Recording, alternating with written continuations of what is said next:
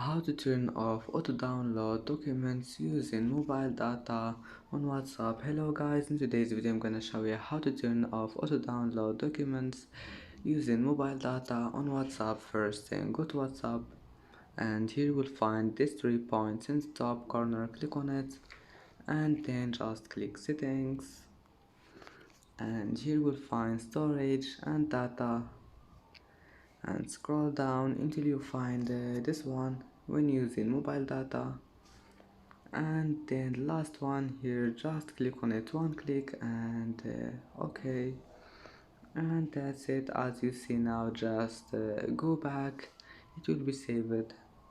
And that's it for today's video. If you like this video, don't forget like and subscribe, and thank you for watching this video until the end. And now see you in the next video.